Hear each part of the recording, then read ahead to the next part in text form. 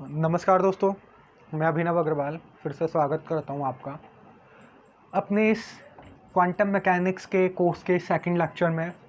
और इस वीडियो में हम लोग जानेंगे मैथमेटिकल मेथड्स के बारे में। बेसिकली क्वांटम मैकेनिक्स में सबसे इम्पॉर्टेंट, अगर हम बेसिक्स की बात करें, क्वांटम मैकेनिक्स को समझने के लिए अगर हम बेसिक्स की बात करें तो मैथमेटिकल मेथड्स को समझना काफ़ी ज़्यादा इम्पॉर्टेंट है।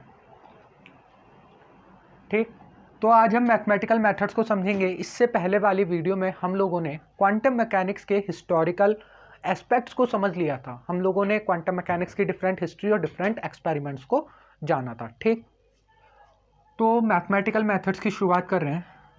क्वांटम मैकेनिक्स के लिए दो फॉर्मूलेशन दी गई। एक फॉर्मूलेशन हमें श्रोडिंगर ने दी थी और एक फॉर्मूलेशन हमें हाइजेनबर्ग ने दी। श्रोडिंगर की जो फॉर्मूलेशन थी उसने वेव फंक्शन को एज अ कंटिन्यूस, या हम कहें बेसिस, मैं बताऊंगा बेसिस क्या होती हैं, एज अ कंटिन्यूस लिया, जबकि हाइजेनबर्ग ने डिस्क्रीट लिया और इसने वेव फंक्शन ऑपरेटर्स को एज अ मैट्रिक्स दिखाया। तो हम कह सकते हैं श्रोडिंगर की फॉर्मूलेशन कंटिन्यूस थी जबकि हाइजेनबर्ग की फॉर्मूलेशन मैट्रिक्स फॉर्मूलेशन थी। क्लियर? अब हमें आगे बढ़ने से पहले, आगे चीज़ें समझने से पहले कुछ बेसिक टर्म्स की नॉलेज होनी चाहिए। जैसे पहली हो गई हमारी लीनियरली इंडिपेंडेंट वेक्टर्स।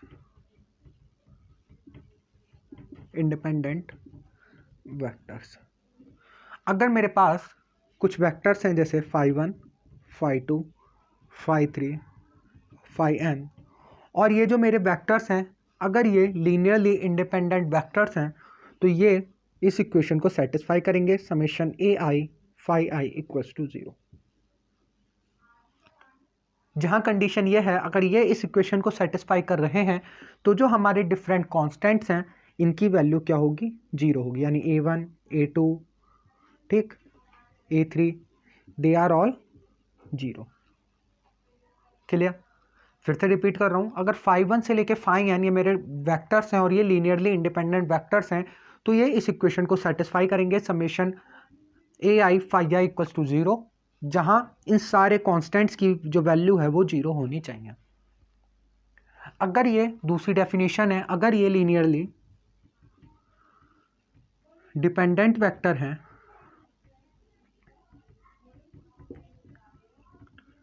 तो भी ये इस इक्वेशन को सेटिस्फाई करेंगे, पर शर्त यह है, कंडीशन यह है कि कुछ ai हमें ऐसे मिलेंगे, कुछ ai हमें ऐसे मिलेंगे जिनकी वैल्यू 0 नहीं होगी। तो यहाँ इन दो बातों को समझना इंपॉर्टेंट है। लीनियरली इंडिपेंडेंट वेक्टर्स के लिए जो हमारे वेक्टर्स हैं वो इस इक्वेशन को सेटिस्फाई करते हैं, जबकि हमारे सारे कॉन्स्टेंट्स की वैल्यू 0 होती है। जबकि लीनियरली डिपेंडेंट वेक्टर्स के लिए हमारे ai's, कुछ ai's ऐसे होते हैं जिनकी वैल्यू 0 नहीं होती। अब इसे पढ़ते क्यों है हम? क्योंकि अगर मेरे वेक्टर्स लीनियरली इंडिपेंडेंट वेक्टर्स हैं तो हम किसी भी वेक्टर को, किसमें से किसी भी वेक्टर को दूसरे वेक्टर्स के लीनियर कॉम्बिनेशन की फॉर्म में नहीं लिख सकते। आगे मैं आपको एग्जांपल के थ्रू बताऊंगा। अभी ध्यान रखो कि लीनियरली इंडिपेंडेंट वेक्टर में हम किसी वेक्टर को दूसरे वेक्टर्स के लीनियर कॉम्बिनेशन की फॉर्म में नहीं लिख सकते, जबकि लीनियरली डिपेंडेंट वेक्टर में हम किसी वेक्टर को बाकी वेक्टर्स के लीनियरली कॉम्बिनेशन की फॉर्म में लिख सकते हैं। तो ये दो बातें इंपॉर्टेंट है, लीनियरली इंडिपेंडेंट और लीनियरली डिपेंडेंट समझ में आया होगा। इसके बाद हम इसे डिफरेंट एग्जाम्पल से समझेंगे, पर आगे हम समझते हैं अपनी एक इम्पॉर्टेंट डेफिनेशन जिसे कहते हैं डायमेंशन। अगली डेफिनेशन है डायमेंशन। तो किसी भी स्पेस में, इसके नोट्स आपको आपके ग्रुप वगैरह में मिल जाएंगे तो उसकी टेंशन नहीं है, बस समझो आप। तो जो डायमेंशन है, डायमेंशन क्या है? Maximum number of linearly independent vectors.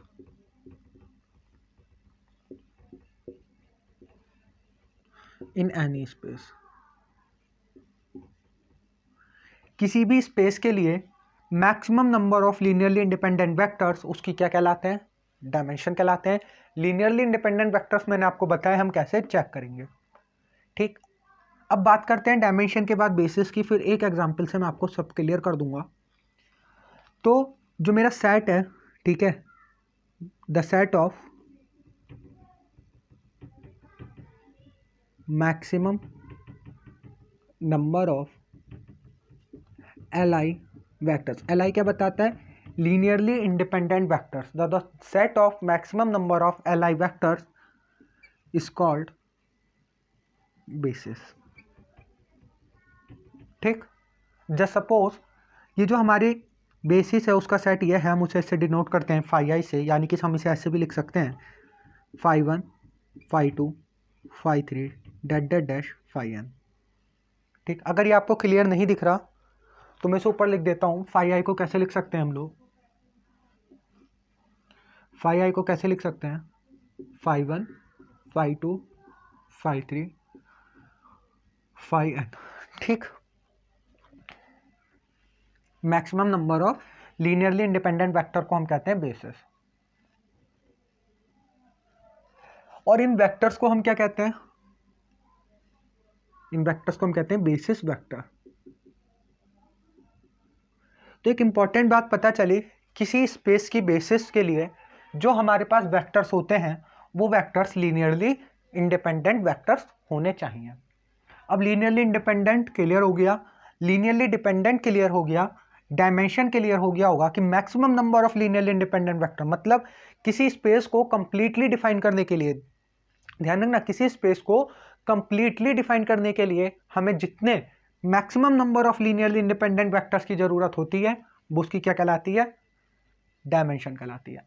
और उन वेक्टर्स के सेट को, जो हमारे लीनियरली इंडिपेंडेंट वेक्टर्स के सेट थे, जो लीनियरली इंडिपेंडेंट वेक्टर्स थे उसका जो सेट था, उस सेट को हम क्या कहते हैं, बेसिस कहते हैं। और इन वेक्टर्स को क्या कहते हैं, बेसिस वेक्टर कहते हैं। अब इस पूरी चीज को मैं आपको सिंपल एक एग्जांपल के थ्रू समझा सकता हूं। कैसे भाई, हमने क्लास 12th में यूक्लिडियन स्पेस पढ़ा है, हो सकता है नाम आपने नहीं सुना हो पर पढ़ा सबने, यूक्लिडियन स्पेस, सिंपल अपना 3D स्पेस। ठीक, अब यूक्लिडियन स्पेस को कंप्लीटली डिफाइन करने के लिए हमें 3 वेक्टर्स की ज़रूरत होती है, आई जे के। अब आप मेरे को बताओ, मैंने कहा यूक्लिडियन स्पेस है तो इसे कंप्लीटली डिफाइन करने के लिए 3 वेक्टर की ज़रूरत हो गई, यानी कि यूक्लिडियन स्पेस की बेसिस कितनी हो गई, 3, डायमेंशन कितनी हो गई, सॉरी बेसिस क्या हो गई, आई जे के, डायमेंशन कितनी हो गई, 3 आई जे के। अगर इसका मैं कोई भी एक लीनियर कॉम्बिनेशन लिखूं कि A1 आई कैप, A2 जे कैप, A3 के कैप, और इसकी वैल्यू मैं 0 कर दूं, तो हर एक विद्यार्थी, हर एक बच्चा बता सकता है कि यहाँ पे A1 की वैल्यू भी कितनी होगी 0, A2 की वैल्यू भी कितनी होगी 0 और A3 की वैल्यू भी कितनी होगी 0। क्या इसमें कोई डाउट, भाई क्लियर होगा। अगर इसकी वैल्यू 0 हो गई, इसे कोई वेक्टर मत समझो, इसे आई जे के का लीनियर कॉम्बिनेशन समझो। अगर लीनियर कॉम्बिनेशन की वैल्यू 0 हो गई तो हर एक कांस्टेंट की वैल्यू को क्या होना पड़ेगा, 0। ये तो हमने लीनियरली इंडिपेंडेंट वेक्टर की डेफिनेशन में देखा। और दूसरी एक और इंपॉर्टेंट बात, क्या मैं आई को जे और के का लीनियर कॉम्बिनेशन लिख सकता हूँ, क्या मैं लिख सकता हूँ ए आई बराबर माइनस बी जे प्लस सी के, क्या ऐसा लिखा जा सकता है, तो बिल्कुल गलत बात है। यानी कि आई को मैं जे और के लीनियर कॉम्बिनेशन की फॉर्म में नहीं लिख सकता क्योंकि ये लीनियरली इंडिपेंडेंट वेक्टर्स हैं। तो डायमेंशन, बेसिस, ये सब उम्मीद करता हूं क्लियर हो गया होगा। ठीक, अब dimension, basis, linear independent, linearly independent, basis vectors पढ़ने के बाद अब काम की चीज़ों पे चलते हैं और धीरे धीरे आगे बढ़ेंगे और चीज़ों को समझेंगे। तो बस मेरे साथ जुड़े रहो, ठीक है, सब चीज़ें क्लियर होती चली जाएंगी। अब बेसिस पढ़ने के बाद बात करते हैं ऑर्थो नॉर्मल बेसिस की। ठीक, ऑर्थो नॉर्मल बेसिस, तो ऑर्थो नॉर्मल बेसिस की कंडीशन है, अगर मेरे वेक्टर्स का स्केलर प्रोडक्ट, सबसे पहले समझते हैं ऑर्थो नॉर्मल वेक्टर्स को समझ लेते हैं, या चलो बेसिस को ही समझ लो क्योंकि बेसिस में वेक्टर्स अपने आप आ जाएगा। अगर मेरे बेसिस के जो वेक्टर्स हैं उनका मैं स्केलर प्रोडक्ट लूँ या कहूँ इनर प्रोडक्ट लूँ, ठीक, इनर प्रोडक्ट कैसे लेते हैं वो मैं आपको बताऊंगा आगे, अभी बस आप समझो। अगर मैं बेसिस के वेक्टर्स का इनर प्रोडक्ट लूँ, इसे ऐसे लिख देता हूँ मैं, ठीक, इसे कुछ ऐसा लिखता हूँ, फाई आई फाई जे, और ये मुझे मिलता है डेल्टा आई जे। अब ये डेल्टा आई जे क्या है, इसे हम कहते हैं क्रोनेकर डेल्टा। क्या कहते हैं? Kronecker delta. तो इसकी प्रॉपर्टी क्या होती है? इसकी वैल्यू होती है 1 अगर आई जे के इक्वल हो, और इसकी वैल्यू होती है 0 अगर आई जे के इक्वल ना हो। क्लियर? तो ऑर्थोनॉर्मल बेसिस की कंडीशन क्या है? अगर मेरे पास कोई बेसिस है और उसके मैं दो वेक्टर्स का इनर प्रोडक्ट लूँ तो मुझे इनर प्रोडक्ट क्या मिलता है? क्रोनेकर डेल्टा मिलता है। और क्रोनेकर डेल्टा का मतलब है इसकी वैल्यू 1 होगी अगर आई जे के इक्वल है, और आई जे के इक्वल नहीं है तो इसकी वैल्यू 0 होगी। इनर प्रोडक्ट मैं आपको आगे बताऊंगा इनर प्रोडक्ट कैसे लिया जाता है। अभी जस्ट समझो जैसे हमारा वेक्टर का स्केलर प्रोडक्ट होता है, कुछ कुछ वैसा ही हमारा इनर प्रोडक्ट होता है। अब ऑर्थोनॉर्मल बेसिस हमें क्या बताती है? मेरी फाई आई और फाई जे, फाई आई और फाई जे मेरी दो स्टेट्स हैं, और ये दोनों स्टेट्स ऑर्थोनॉर्मल है। बात समझने की है, ये हमने मैथमेटिकली समझा। अब थोड़ा फिजिकली समझते हैं कि ये ऑर्थोनॉर्मल बेसिस और ये ऑर्थोनॉर्मल वेक्टर्स मुझे क्या बताते हैं। ये ऑर्थोनॉर्मल वेक्टर्स मुझे बताते हैं कि मेरा कोई भी पार्टिकल एक साथ इन दोनों स्टेट्स में नहीं रह सकता, क्योंकि ये कैसी हैं? ऑर्थोनॉर्मल है। यानी कि अगर मेरा एक पार्टिकल यहाँ है तो पक्की बात है वो यहाँ नहीं है, और अगर मेरा पार्टिकल यहाँ है तो पक्की बात है यहाँ नहीं है। ठीक, समझ में आया? ऑर्थोनॉर्मल बेसिस का समझ में आया? इसमें एक बात और समझो कि ये जो वेक्टर्स हैं इसका मतलब है स्टेट। ठीक, एक्सपेरिमेंट से पहले हमारा पार्टिकल मिक्स स्टेट में रहता है, मतलब हमें नहीं पता वो कहाँ होगा। ठीक, हमारा पार्टिकल एक मिक्स स्टेट में, हम कहें एक स्पेस में, पर जैसे ही हम एक्सपेरिमेंट करते हैं तो हमारे पार्टिकल की पोजीशन क्या हो जाती है? फिक्स हो जाती है। पोजीशन कहें, हम जो भी मेजरमेंट कर रहे हैं उसकी वैल्यू फिक्स हो जाती है, क्योंकि एक्सपेरिमेंट से पार्टिकल प्योर स्टेट में आ जाता है और एक्सपेरिमेंट से पहले हमारा पार्टिकल मिक्स स्टेट में रहता है।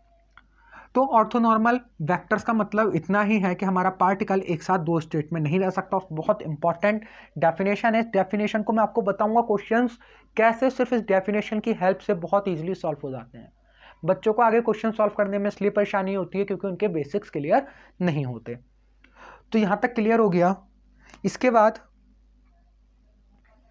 हम बात करते हैं कंप्लीट बेसिस की।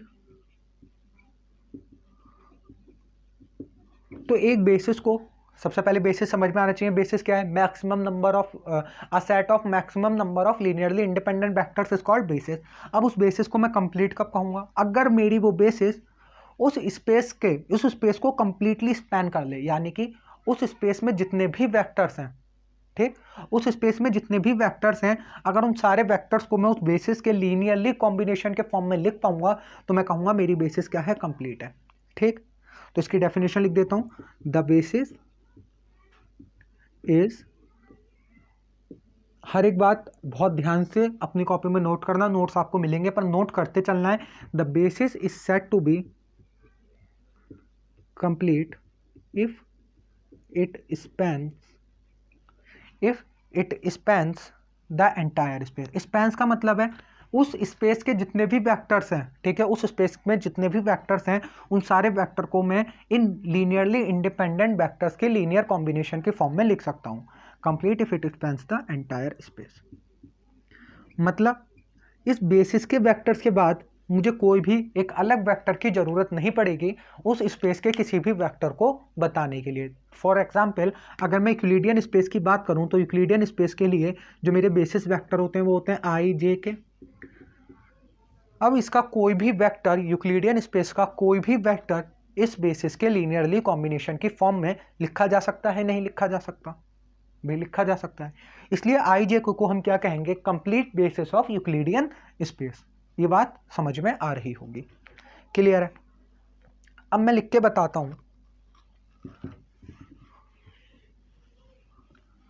जस्ट सपोज मैंने कोई भी एक स्टेट लिखी साई, ठीक, चलो सिंपल लिखते हैं साई, अभी ये सब बताऊंगा आपको। और साई को मैंने बेसिस, मेरी बेसिस क्या थी? Phi 1, phi 2, phi 3, phi n। ठीक, मेरी बेसिस थी phi 1, phi 2, phi 3, phi n।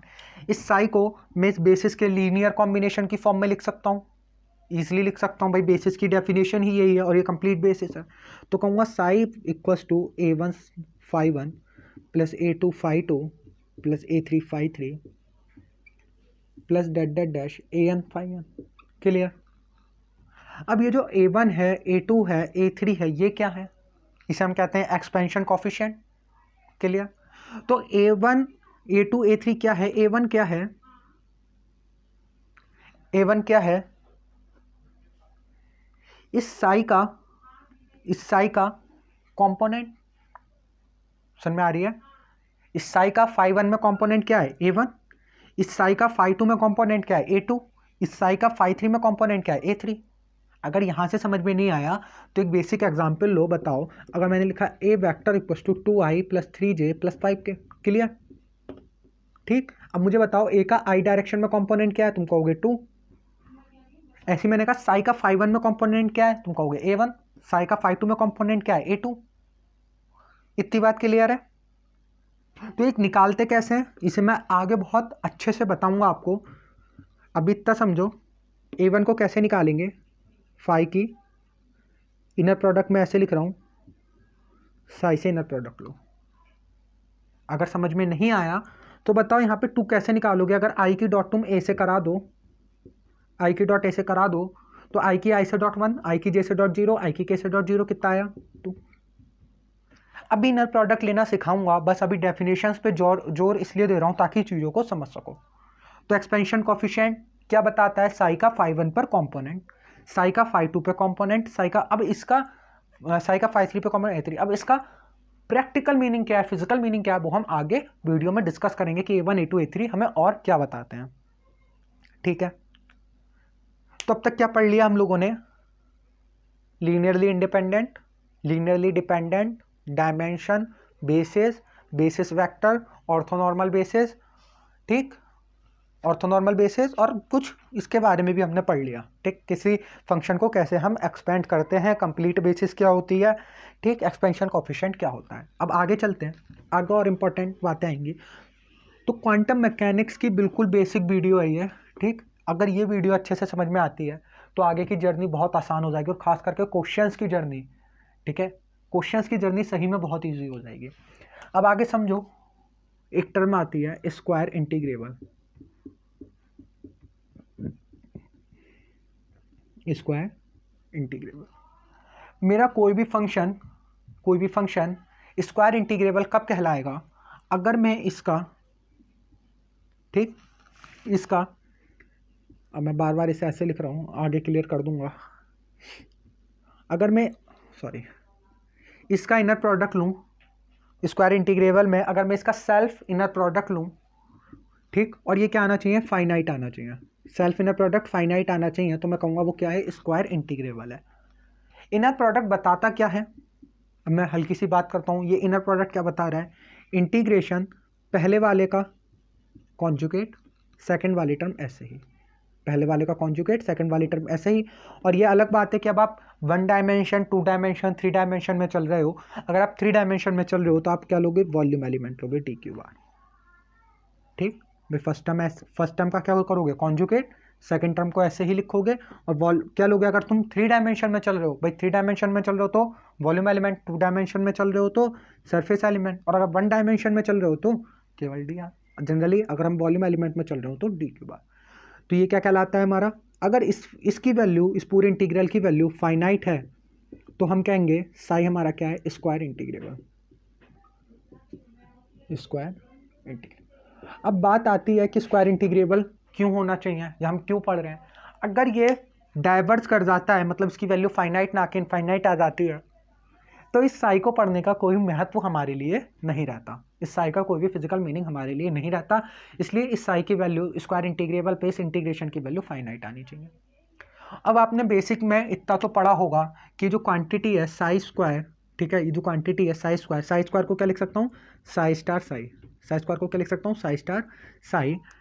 और अगर मैं इसकी DR से मल्टीप्लाई करा के इसका इंटीग्रेशन ले लूँ, या DQ_R से इसकी मल्टीप्लाई करा के इसका कंप्लीट इंटीग्रेशन ले लूँ, तो ये मुझे क्या बताता है? प्रोबेबिलिटी बताता है।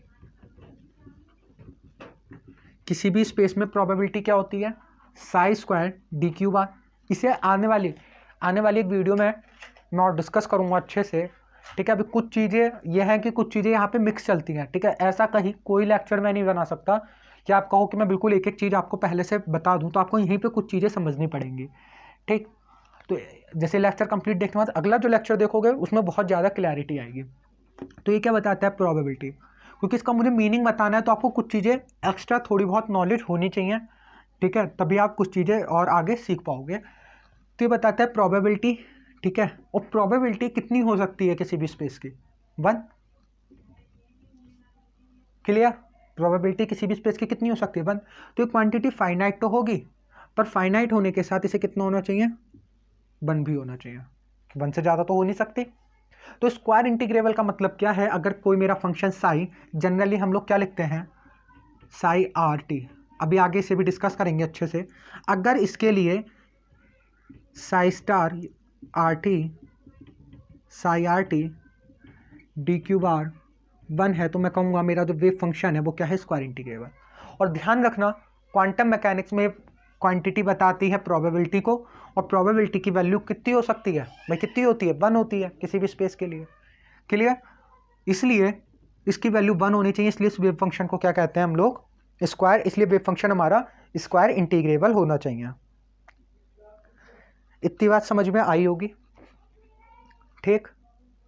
अब हम डिफरेंट नोटेशंस की तरफ चलेंगे, अब थोड़ी हमारी क्वांटम मैकेनिक्स और आगे चलेगी।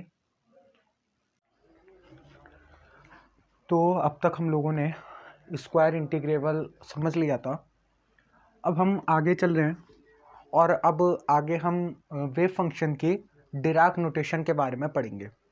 एक नोटेशन हमें सिंपली साई नोटेशन श्रोडिंगर ने दी, जिसे हम कंटिन्यूस फॉर्म में साई लिख सकते हैं, ठीक।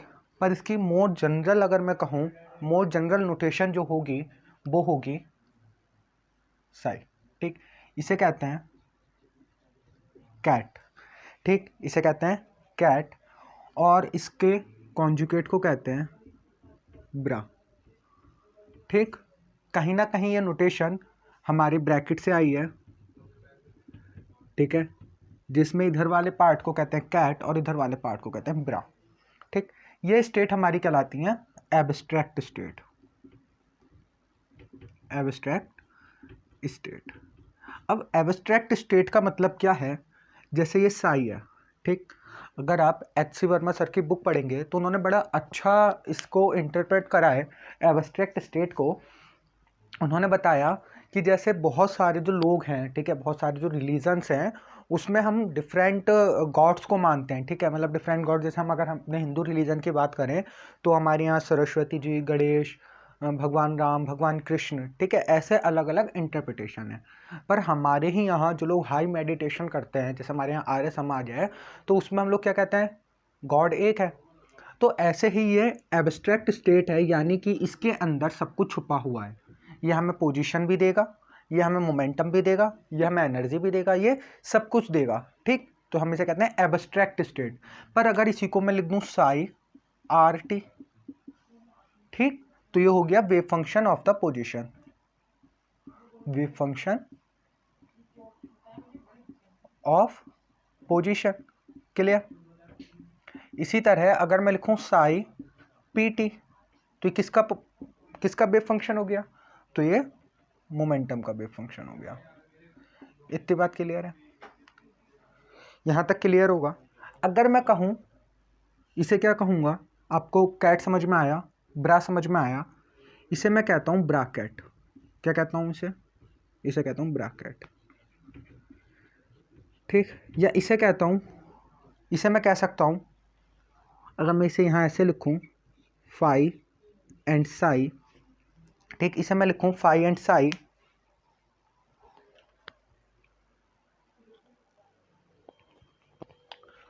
तो इसे अगर मैं कहूँ फाई एंड साई, ठीक है, तो क्या रिप्रेजेंट करता है, ये रिप्रेजेंट करता है इनर प्रोडक्ट को, इनर प्रोडक्ट।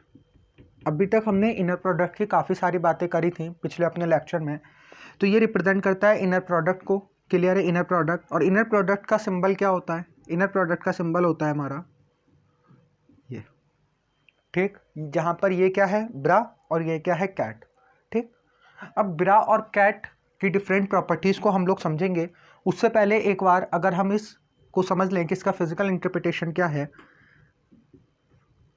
तो अगर मैं इसे कंटिन्यूस फॉर्म में लिखना चाहूँ ब्रैकेट को, जनरली इसे क्या कहते हैं, inner product. Inner product similar है एज अ जैसे हम वेक्टर्स में स्केलर प्रोडक्ट करते हैं ना, ए डॉट बी, ऐसे ही हम लोग वेव फंक्शंस में क्या करते हैं, इनर प्रोडक्ट। आगे जाके जब मैं आपको क्वेश्चन बताऊंगा तब आपको और अच्छे से समझ में आएगा कि what is the real meaning of inner product. ध्यान रखना, जो लीनियर डिपेंडेंसी लीनियर इंडिपेंडेंसी पढ़ाई थी बहुत इंपॉर्टेंट है, ऑर्थोगोनैलिटी बहुत इंपॉर्टेंट है। जनरल डायरेक्ट क्वेश्चंस नहीं आते, पर इन क्वेश्चंस को समझने के लिए, इनकी प्रॉपर्टीज को समझने के लिए, फिजिकल इंटरप्रिटेशन को समझने के लिए हमें उस सब चीज़ों का ज्ञान, उस सब चीज़ों की नॉलेज होना बहुत ज़रूरी है।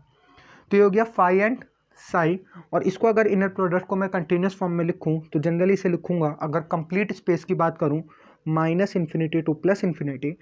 जो हमारा फर्स्ट वेव फंक्शन होता है उसे लिखते हैं फाई स्टार, इसका क्या लेते हैं, कॉम्प्लेक्स कॉन्जुगेट, और ये सिंपली साई होता है। अगर हम 3D में चल रहे हैं तो यहाँ लिख देंगे डी क्यूब आर।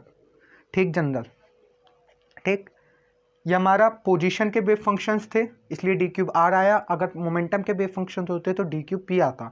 जनरल ये हमारी, मैंने भी बताया, ये क्या है, एब्स्ट्रैक्ट स्टेट है, यानी कि इस वेव फंक्शन के अंदर सब कुछ छिपा हुआ है। क्वांटम मैकेनिक्स की खासियत ही यह है, अगर मैं किसी पार्टिकल का वेव फंक्शन लिख दूँ, आपने बचपन में पढ़ा होगा कि अगर मैं बचपन में क्लास 11-12 की बातें हैं कि अगर किसी भी पार्टिकल का मुझे वेव फंक्शन पता चल जाए तो उसके बारे में सब कुछ नॉलेज मैं प्राप्त कर सकता हूँ, सब कुछ नॉलेज मुझे मिल जाएगी। ठीक, इसीलिए इसे क्या कहते हैं, एब्स्ट्रैक्ट स्टेट कहते हैं। अगर मैं इसे रिप्रेजेंट कर दूं साई आर टी से तो ये एक पर्टिकुलर चीज़ ही दे रहा है। ठीक है, ये एक पर्टिकुलर चीज़ को रिप्रेजेंट कर रहा है, वो है पोजीशन, और ये रिप्रेजेंट कर रहा है मोमेंटम को। तो यहाँ तक क्लियर होगा। अब इसकी डिफरेंट प्रॉपर्टीज को समझते हैं।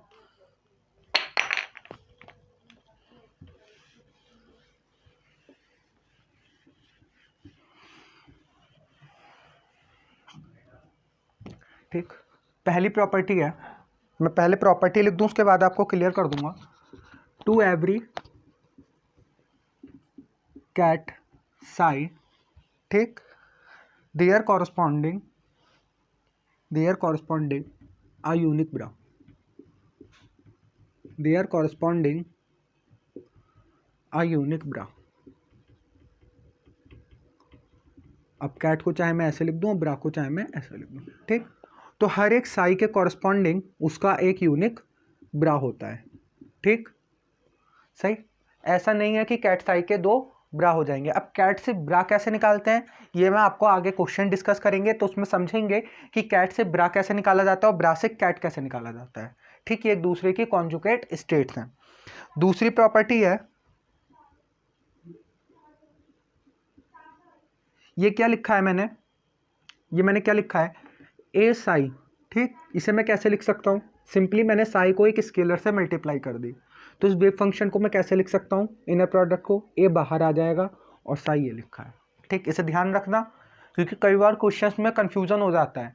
एक बात और ध्यान रखना, अगर मैं किसी वेव फंक्शन की स्केलर से मल्टीप्लाई कर दूँ, अगर मैं वेव फंक्शन की किसी स्केलर से मल्टीप्लाई कर दूँ तो वो वेव फंक्शन या कहें उस पार्टिकल की स्टेट चेंज नहीं होती। इफ़, ये इंपॉर्टेंट प्रॉपर्टी से याद रखना, if we multiply a scalar with wave function then the state of particle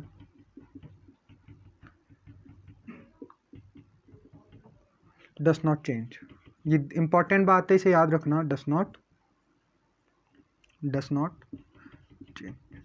ठीक, और जनरल अगर मुझे ए साई हो और अगर जनरल ए साई हो तो इस ए स्केलर को मैं क्या करूंगा, इस वेव फंक्शन के बाहर रख दूंगा। तो ये दूसरी प्रॉपर्टी थी। तीसरी प्रॉपर्टी इंपॉर्टेंट है और तीसरी प्रॉपर्टी आपको तब समझ में आएगी जब मैंने अभी आपको बताया ये इसका क्या है, कॉन्जुगेट है। तो देखो तीसरी प्रॉपर्टी है ए साई प्लस बी फाई। ठीक, सही, तो मैं इसे क्या कैसे लिख सकता हूँ, अगर मुझे इसका कॉन्जुगेट लेना हो तो क्या होगा, ए का क्या हो जाएगा, ए स्टार, और ये काय में कन्वर्ट हो जाएगा, इसका मैं क्या कर रहा हूँ, कॉम्प्लेक्स कॉन्जुगेट ले रहा हूँ या सिंपली इसका कॉन्जुगेट ले रहा हूँ। क्या कर रहा हूँ, इसका कॉन्जुगेट ले रहा हूँ, तो ए काय में कन्वर्ट हो जाएगा, ए स्टार में। ये कैट है, ये काय में कन्वर्ट हो जाएगा, ब्रा में, प्लस बी काय में कन्वर्ट हो जाएगा, बी स्टार में, और कैट काय में कन्वर्ट हो जाएगा, ये ब्रा में। ठीक, तो इस प्रॉपर्टी को याद रखना। अगर मुझे इस पूरे वेव फंक्शन का क्या करना हो, कॉन्जुगेट लेना हो, तो कॉन्जुगेट ऐसे खुलता है। ठीक, अगली प्रॉपर्टी यहाँ लिख रहा हूँ मैं, फाई साई। ठीक, ये हमारे पास क्या है, एक इनर प्रोडक्ट है, और इस इनर प्रोडक्ट का मैंने क्या करा, कॉन्जुगेट ले लिया। ये हमारे पास एक इनर प्रोडक्ट है और इस इनर प्रोडक्ट का मैंने क्या करा, कॉन्जुगेट ले लिया। तो क्या होगा, साई आगे पहुंच जाएगा और फाई पीछे आ जाएगा। ये बात बहुत इंपॉर्टेंट है और ये ही स्केलर प्रोडक्ट को इनर प्रोडक्ट से अलग करती है। मैंने क्या कहा, अगर मैं 3D की बात करूं तो सिंपली मैं जानता हूं, लिख सकता हूं A dot b equals to b dot a. ठीक, क्योंकि जनरली हमारे क्या से होते हैं, हमारे रियल वेक्टर्स होते हैं। A dot b equals to b dot a, scalar product हमारा कॉम्यूटेटिव होता है, यहाँ पर ऑर्डर मैटर नहीं करता। पर ये क्या है, ये हमारे कॉम्प्लेक्स है, तो यहाँ पे इसका और इसमें अंतर है। क्लियर, इसमें और इसमें अंतर है। ये क्या है, इसका कॉन्जुगेट है। समझ में आ रही है बात? ठीक, तो यहाँ मैं लिख देता हूँ द स्केलर प्रोडक्ट। ये बिल्कुल बेसिक सी बातें हैं ना, बिल्कुल दिमाग में बैठा के रखना, तभी आगे के क्वेश्चंस बहुत इजीली सॉल्व कर पाओगे। The scalar product in the scalar product of complex number order matters। ठीक, इस बात को यहाँ पे ध्यान रखना। क्लियर? ठीक, अब इसे प्रूफ भी किया जा सकता है, सिंपली इसको प्रूफ किया जा सकता है। तो इसका एक बार प्रूफ दे दूं मैं आपको।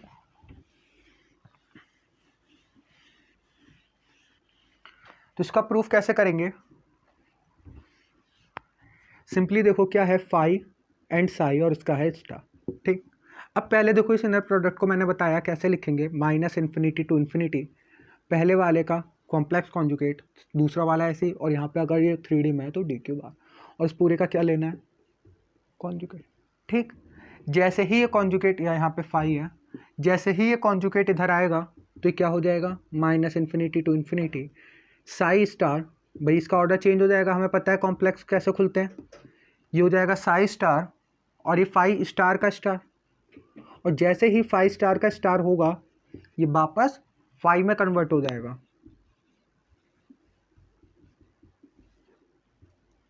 ठीक, और इसे मैं क्या लिख सकता हूँ भाई, इनर प्रोडक्ट की डेफिनेशन से इसे मैं वापस ये नहीं लिख सकता क्या, तो देखो clear.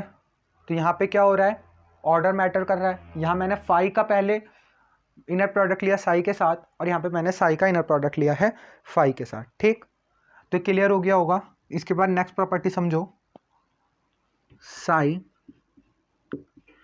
A1 psi 1 plus A2 psi 2। ठीक, अब इसे कैसे सॉल्व करेंगे, ये ही सब चीज़ें क्वेश्चन की फॉर्म में हमारे सामने आती हैं। तो अगर इन प्रॉपर्टीज़ को अच्छे से समझ लोगे तो चीज़ें ईजिली क्लियर होती चली जाएंगी। तो जब इसे इस पर ऑपरेट कराएंगे, एक वेव फंक्शन ये है और एक वेव फंक्शन पूरा ये है, A1 साई 1, या कहें एक स्टेट ये है और एक स्टेट ये है, A1 psi 1 plus A2 psi 2। तो इसे ऑपरेट कराएंगे तो A1 तो बाहर आ जाएगा। अच्छा, अगर डाउट है A1 कैसे बाहर आएगा, तो सिंपली ऑपरेट कराओ इसे। ये हो जाएगा Sai A1 psi 1 plus psi A2 psi 2। अभी जस्ट पीछे बताया था कि इस A1 को बाहर लिख सकता हूँ, पिछली वाली प्रॉपर्टी में बताया था इस A1 को बाहर लिख सकता हूँ। तो ये हो गया A1 psi 1 plus A2 psi 2। Clear? तो इसे एक्सपेंड करके मैं उस फॉर्म में लिख सकता हूँ। ठीक है,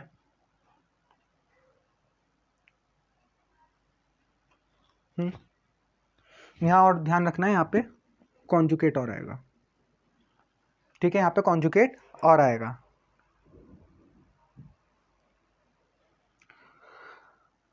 यहाँ पे एक मिनट रुको, इसे फिर से सॉल्व करो। Sai A1 psi 1 plus psi A2 psi 2, ये हमारा कैट है, ये हमारा ब्रा है। तो इसे सॉल्व करो, Sai A1 psi 1 plus psi A2 psi 2। Clear? ये कैट की फॉर्म में, कैट में हमारा कॉन्जुगेट नहीं आता, हमारा कॉन्जुगेट ब्रा में आता है। तो A1 ऐसे ही आएगा, ये आएगा साई 1 प्लस A2 साई 2। ठीक, सही। अगर ये हमारा ऐसे होता, A1 psi 1 plus A2 psi 2, और यहाँ से साई ऑपरेट हो रहा होता। ठीक, साई यहाँ से ऑपरेट हो रहा होता। अब कॉम्प्लेक्स कॉन्जुगेट आता, क्योंकि ये क्या हो गया हमारा अब ये ब्रा हो गया, और ब्रा का मतलब क्या होता है, साई का कॉन्जुगेट, ठीक है। ब्रा में क्या आता है, कॉन्जुगेट आता है। तो जब मैं इसे बाहर लिखूंगा तो इसे लिखूंगा A1 star Sai 1 Sai plus A2 star Sai 2 Sai. ये प्रॉपर्टीज यहाँ पे क्लियर है, ठीक। ऐसे ही इसे और डिस्कस करा जा सकता है। अगर मैं सिंपली लिखूं A1 psi 1 plus A2 psi 2 और इसका इनर प्रोडक्ट लूं B1 phi 1 plus B2 phi 2 के साथ, clear. A1 psi 1 plus A2 psi 2 का मैंने इनर प्रोडक्ट ले रहा हूँ B1 phi 1 plus B2 phi 2 के साथ। तो कैसे खुलेगा, पहले साई 1 फाई 1 पे ऑपरेट होगा। अब साई 1 के साथ जो A1 है ये ब्रा की साइट है, तो इसका कॉम्प्लेक्स कॉन्जुगेट आएगा, यानी हो जाएगा A1 स्टार, और ये B1 रियल में आएगा, यानी B1 ऐसे ही आएगा बिना कॉम्प्लेक्स कॉन्जुगेट के, और साई 1 का फाई 1 से क्या ले लेंगे, इनर प्रोडक्ट, ठीक। प्लस अब A1 साई 1 B2 फाई 2 के साथ ऑपरेट होगा, तो A1 star B2 psi 2 phi 2, order matter करेगा, ध्यान रखना। प्लस अब A2 साई 2 फाई 1 के साथ ऑपरेट होगा, ठीक। अगर नहीं दिख रहा, अगर ये नहीं दिख रहा तो इसे ऊपर देख लेते हैं, दोबारा लिखता हूं मैं A1 psi 1 plus A2 psi 2 B1 phi 1 plus B2 phi 2, ठीक। अब सिंपल है, बताया था, ये पहले इसके साथ ऑपरेट होगा। अब इसमें क्या है, ये कैट में, सॉरी ब्रा में, तो ब्रा में है तो इसका क्या आएगा, कॉम्प्लेक्स कॉन्जुगेट, क्लियर। ये कैट में है तो ये ऐसे ही आएगा, और साई 1 फाई 1, क्लियर। प्लस अब ये कैट में, ये ब्रा में, ये कैट में, तो A1 star B2 Sai 1 phi 2, सही। अब ये ब्रा में, ये कैट में, तो A2 star B1 Sai 2 phi 1, plus फिर ब्रा में, कैट में, तो A2 star B2 psi 2 phi 2, ठीक। ये दिख रहा होगा A2 star B2 psi 2 phi 2, ठीक। तो इस प्रॉपर्टी, अब इसे बहुत अच्छे से देख लो, क्योंकि आगे जाके जब क्वेश्चंस बनेंगे, ठीक, किस हिसाब से बनेंगे मैं डिस्कस करूंगा, पर इस प्रॉपर्टी को बहुत ध्यान से देख लो। जब भी हम कैट में से कांस्टेंट को बाहर निकालते हैं, कैट में से नहीं, ब्रा में से, इसे कहते हैं ब्रा, इसे कहते हैं कैट। तो जब भी हम ब्रा में से कांस्टेंट को बाहर निकालते हैं तो कांस्टेंट हमेशा कॉन्जुगेट के साथ बाहर आता है, ठीक। इसको ध्यान रखना, सही। अब आगे चलते हैं, इसे सबको रफ कर रहा हूं मैं। इतना पढ़ने के बाद अब हम चलते हैं नॉर्म पे, नॉर्म, ठीक। तो नॉर्म क्या होता है, जैसे हमारा मैग्नीट्यूड होता है वेक्टर में, भाई मैग्नीट्यूड कैसे निकालते हैं, कहते हैं ना ए, तो इसे कैसे निकालते हैं, ए डॉट ए, ठीक। तो ऐसे ही जो हमारा नॉर्म होता है उसे कैसे निकालते हैं, अपने की अपने से इनर प्रोडक्ट कर लेते हैं, ठीक। नॉर्म क्या होता है, साई स्क्वायर, ये नॉर्म कहलाता है, ठीक। और इसे कैसे निकालते हैं, अपने की अपने से इनर प्रोडक्ट करके, ठीक। अगर अपने का इनर प्रोडक्ट करने के बाद वैल्यू कितनी आ जाए, 1 आ जाए, ठीक। अगर अपने से अपने का इनर प्रोडक्ट करने के बाद वैल्यू 1 आ जाए तो हम कहेंगे स्टेट साई इज नॉर्मलाइज्ड, क्या कहेंगे, स्टेट साई इज नॉर्मलाइज्ड। और ये बड़ी इंपॉर्टेंट बात है, ठीक, क्योंकि डिफरेंट क्वेश्चंस के लिए हमारा वेव फंक्शन नॉर्मलाइज होना चाहिए। हम जब डिफरेंट क्वेश्चन सॉल्व करते हैं तो हमें पहले चेक करना है कि हमारा वेव फंक्शन नॉर्मलाइज होगा या नहीं होगा। तो कैसे चेक करते हैं नॉर्मलाइजेशन के लिए, सिंपली माइनस जो भी रेंज है, मतलब जहाँ से जहाँ पर भी हमारा वेव फंक्शन डिफाइन है, ठीक, वो रेंज लिखेंगे। सिंपली मैं A to B लिख देता हूँ, जहाँ से जहाँ पर भी हमारा वेव फंक्शन डिफाइन है। जरूरी नहीं हर बार -∞ टू +∞ आएगा, ये बिल्कुल ज़रूरी नहीं है, ठीक। जहाँ पे भी हमारा वेव फंक्शन जिन भी 2 पॉइंट्स के बीच में डिफाइन है, उन 2 पॉइंट्स की लिमिट लेंगे, पहले वाले का कॉन्जुगेट लेंगे, दूसरे वाले को ऐसे ही लिखेंगे। और अगर 3D में है तो d3r, 2D में है तो d2r, और सिंपली 1D में है तो dr। सिंपली 1D की बात करें तो साई स्टार साई dr, और इसकी वैल्यू कितनी होनी चाहिए, इसकी वैल्यू होनी चाहिए 1, ठीक, क्लियर। तो नॉर्मलाइजेशन, पहली बात नॉर्म देखा कि नॉर्म कैसे निकालते हैं, साई स्क्वायर का नॉर्म क्या होगा साई साई, ठीक है। और अगर इसकी वैल्यू 1 आ जाती है तो हम कहेंगे स्टेट साई इज नॉर्मलाइज्ड। और कैसे चेक करते हैं इसे, अगर कंटिन्यूस फॉर्म में चेक करना हो तो जहाँ पर भी मेरा वेव फंक्शन डिफाइन है, जिन भी दो लिमिट्स के बीच में, उन लिमिट्स को रखेंगे, पहले वाले का कॉन्जुगेट लेंगे, सेकंड वाली टर्म ऐसे ही। और अगर हमारा 1D में तो लाइन एलिमेंट, 2D में तो सरफेस एलिमेंट, और 3D में है तो वॉल्यूम एलिमेंट। अब ये भी डिपेंड करता है, ठीक है, यहाँ पे हम DP लें DR लें, क्योंकि जिसका भी वेव फंक्शन होगा उसी चीज़ को हम यहाँ पे रखेंगे, ठीक, क्लियर। इसके बाद फिर से एक बार बता देता हूँ, ऑर्थोनॉर्मल स्टेट्स अभी जस्ट डिस्कस करा ही था। अगर मेरा इनर प्रोडक्ट, ठीक, इनर प्रोडक्ट क्या हो जाता है, 0 हो जाता है अगर ये वेव फंक्शंस अलग हैं, ठीक।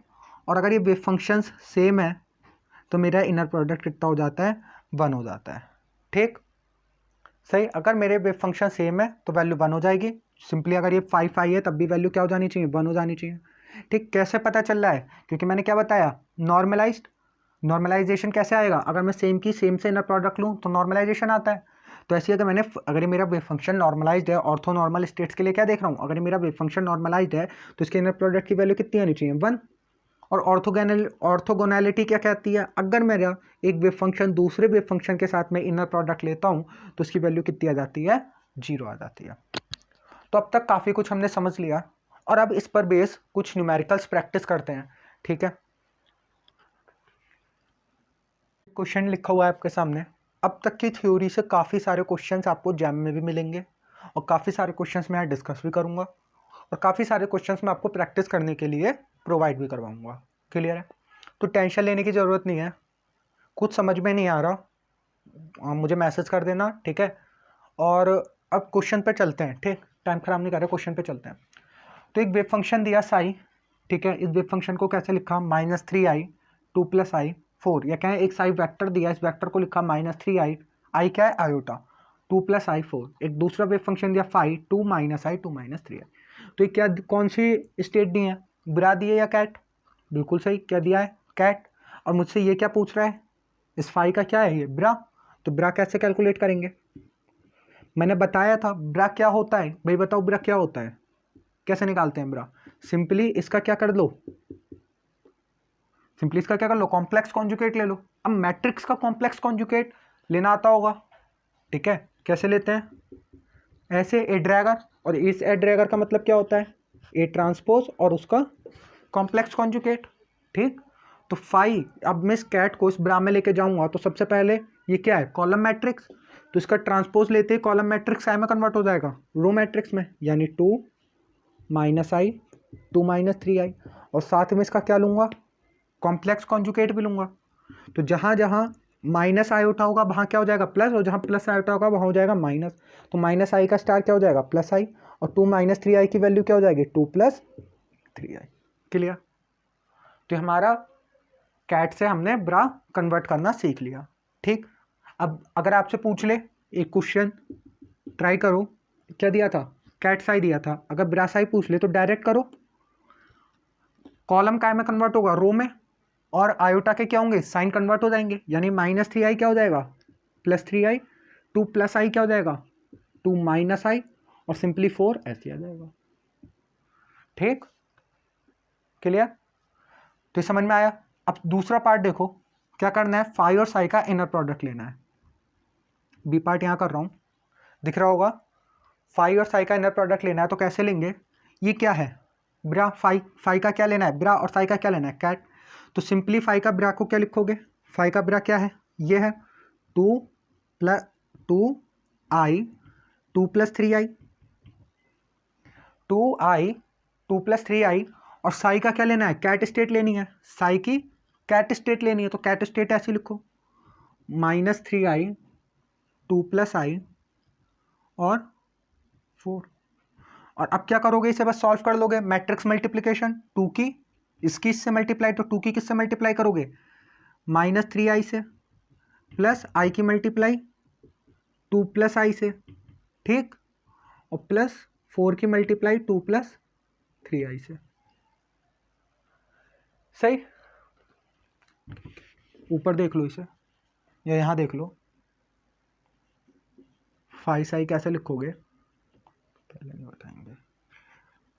फाई ये लिखा हुआ है तो 2i 2 + 3i, और साई ये लिखा हुआ है -3i 2 + i 4।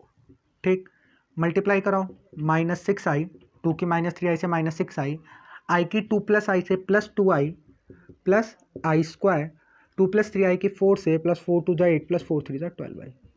क्लियर। अब -6i + 2i + 12i, तो 12 और 2 14, 14 में से 6 गया, कितना बचा 8i, प्लस का i² की वैल्यू -1, -1 + 8 कितना हो गया 7, कितना हो गया 7 + 8i। तो इनर प्रोडक्ट कैलकुलेट करा, इनर प्रोडक्ट 5i की वैल्यू कितनी आ गई 7 + 8i। तो इनर प्रोडक्ट समझ में आया कैसे कैलकुलेट करेंगे। आगे और जब क्वेश्चंस होंगे, ठीक है, ये बिल्कुल बेसिक्स चल रहे हैं, इन बेसिक्स से ही आगे के जैम के क्वेश्चंस भी मैं आपको डिस्कस कराऊंगा, यहाँ तक कि जेस्ट के क्वेश्चन भी नहीं, बेसिक्स के ऊपर ही, अगर आपके बेसिक्स स्ट्रांग है तो जेस्ट लेवल के क्वेश्चंस भी आप कर पाएंगे।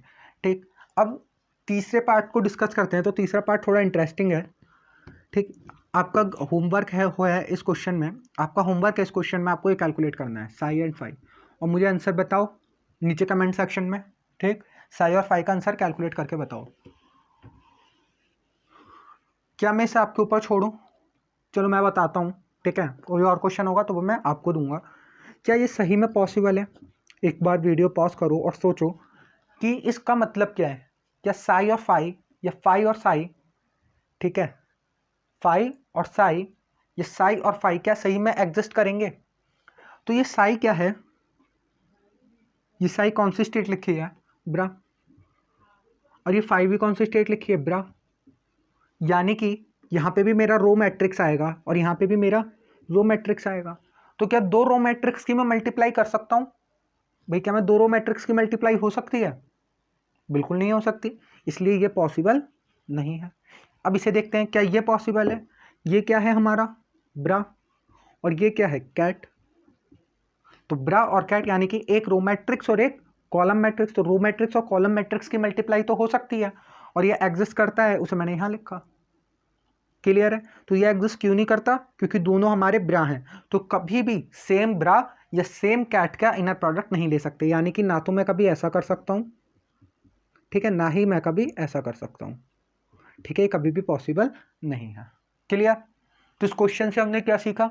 हमने कैट से ब्रा स्टेट में जाना सीखा, हमने इनर प्रोडक्ट निकालना सीखा, और हमने कुछ अपनी बेसिक नॉलेज भी बढ़ाई कि दो कैट्स या दो ब्रास की मल्टीप्लाई पॉसिबल नहीं है। तो एक क्वेश्चन समझ में आया होगा, इसे नोट करो, इसके बाद एक और क्वेश्चन डिस्कस करते हैं। तो इस टाइप का जो क्वेश्चन है, इस टाइप का क्वेश्चन लगभग देखना पता नहीं जैम में कितनी बार आया है। ठीक, जैम में, जेस्ट में, DU BHU JNU की तो मैं बात ही नहीं करता, सिंपली जैम जेस्ट को पकड़ो तो देखना इस टाइप के क्वेश्चंस कितनी बार आए हैं, और बच्चा बहुत कंफ्यूज रहता है। ठीक, मैं भी कंफ्यूज था, पर अब कंफ्यूजन दूर है, तो अब आप भी अपना कंफ्यूजन दूर कर लो। पहले क्वेश्चन पढ़ो। एक स्टेट दी है साई 3i 5 1 -7i 5 2। ध्यान से देखो, तो हम इसे कहते हैं मिक्स्ड स्टेट। ठीक, अभी मैं एक वीडियो और लेकर आऊँगा जहाँ मैं और डिफरेंट चीज़ें डिस्कस करूँगा, बिल्कुल टर्मिनोलॉजीज। अभी हम जनरली मैथमेटिकल ही पढ़ रहे हैं, क्वांटम मैकेनिक्स को, पर इसे एक बार थोड़ा फिजिकली और थोड़ा समझेंगे कि इनका इन चीज़ों का मतलब क्या है। तो एक स्टेट डी है साई = 3i 5 1 -7i 5 2। एक स्टेट डी है जाई, या एक्स कह लो, -5 1 + 2i 5 2। और क्या बोला आपसे, यहाँ पे जो 5 1 और 5 2 हैं यह ऑर्थोनॉर्मल है। मैंने आपको बताया था, अगर आपने बेसिक्स क्लियर करे हैं, वीडियो को ध्यान से देखा है, तो ही क्वेश्चन डिस्कस होंगे। ठीक है, तो ही क्वेश्चन आप क्लियर कर पाओगे, वरना क्वेश्चन क्लियर नहीं होंगे। एक क्वेश्चन मैं बता दूंगा, 10 क्वेश्चन में बता दूंगा, कोई गारंटी नहीं है 11वां क्वेश्चन आप कर पाओगे। पर अगर आपके बेसिक्स क्लियर हैं तो मैं सिर्फ 2 क्वेश्चन कराऊंगा, और इसके बाद 100 या 150 क्वेश्चन तक आप इजीली कर सकते हो। तो 5 1 and 5 2 are orthonormal states हैं। तो हमसे कह रहा है कैलकुलेट साई प्लस एक्स। दूसरा पार्ट है इनर प्रोडक्ट कैलकुलेट करना है साई और एक्स का, और तीसरा पार्ट है एक्स और साई, हमें कैलकुलेट करना है एक्स और साई का इनर प्रोडक्ट। तो सिंपली पहले साई और एक्स को प्लस करो। ठीक, तो ध्यान रखो, जैसे हम वेक्टर्स का सम करते थे तो आई में आई ऐड होता था, जे में जे ऐड होता था, ऐसी 5 1 में 5 1 स्टेट ऐड होगी और 5 2 में 5 2 स्टेट ऐड होगी। तो सिंपली 3i -1 और ये हो जाएगा 5 1 अब -7i + 2i कितना हो गया -5i, और ये हो गया सिंपली 5 2। क्लियर? ठीक, तो साई प्लस एक्स निकाल लिया, 3i - 1 5 1 -5i 5 2, बिल्कुल बेसिक सी बात, ये तो सिंपल था। असली मजा इसे निकालने में। सेकंड पार्ट देखो, साई और एक्स का इनर प्रोडक्ट कैलकुलेट करना है। अब मुझे बताओ ऑर्थो नॉर्मेलिटी क्या होती है। अगर मैं 5 1 से इनर प्रोडक्ट लूँ तो वैल्यू कितनी आएगी 1, और अगर मैं 5 1 का 5 2 से इनर प्रोडक्ट लूँ तो वैल्यू कितनी आएगी 0। क्लियर? अब इनकी मल्टीप्लाई देखो, सही देखो, एक तो तरीका है हम इसे सिंपली मैट्रिक्स स्पेस में ले जाएं और मैट्रिक्स की हेल्प से इसे सॉल्व करें। ठीक, एक तो तरीका है हम इसे मैट्रिक्स की हेल्प से सॉल्व करें, और एक तरीका है हम इसे डायरेक्ट सॉल्व कर लें। ठीक, तो चाहे डायरेक्ट सॉल्व कर लो, चाहे मैट्रिक्स की हेल्प से सॉल्व कर लो। अब साई प्लस एक्स, अभी देखो साई क्या है, ब्रा है, और एक्स क्या है, कैट, पर हमारे पास साई क्या है, कैट है, तो साई कैट से साई ब्रा में कैसे जाएंगे।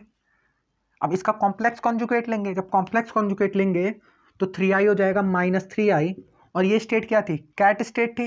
अभी कैट काय में कन्वर्ट होगी भाई, साई का कॉम्प्लेक्स कॉन्जुगेट लोगे। क्यों लोगे, क्योंकि कैट से कहाँ जाना है, ब्रा में जाना है। ठीक, 3i का कॉम्प्लेक्स कॉन्जुगेट -3i 5 1, अब ये स्टेट का कॉम्प्लेक्स कॉन्जुगेट लेते ही कैट काय में चेंज हो जाएगा, बताया था ब्रा से कैट, कैट से ब्रा कैसे जाते हैं, तो ब्रा से कहाँ जाना है, सॉरी कैट से कहाँ जाना है, ब्रा में, तो ये हो जाएगा सिंपली 5 1।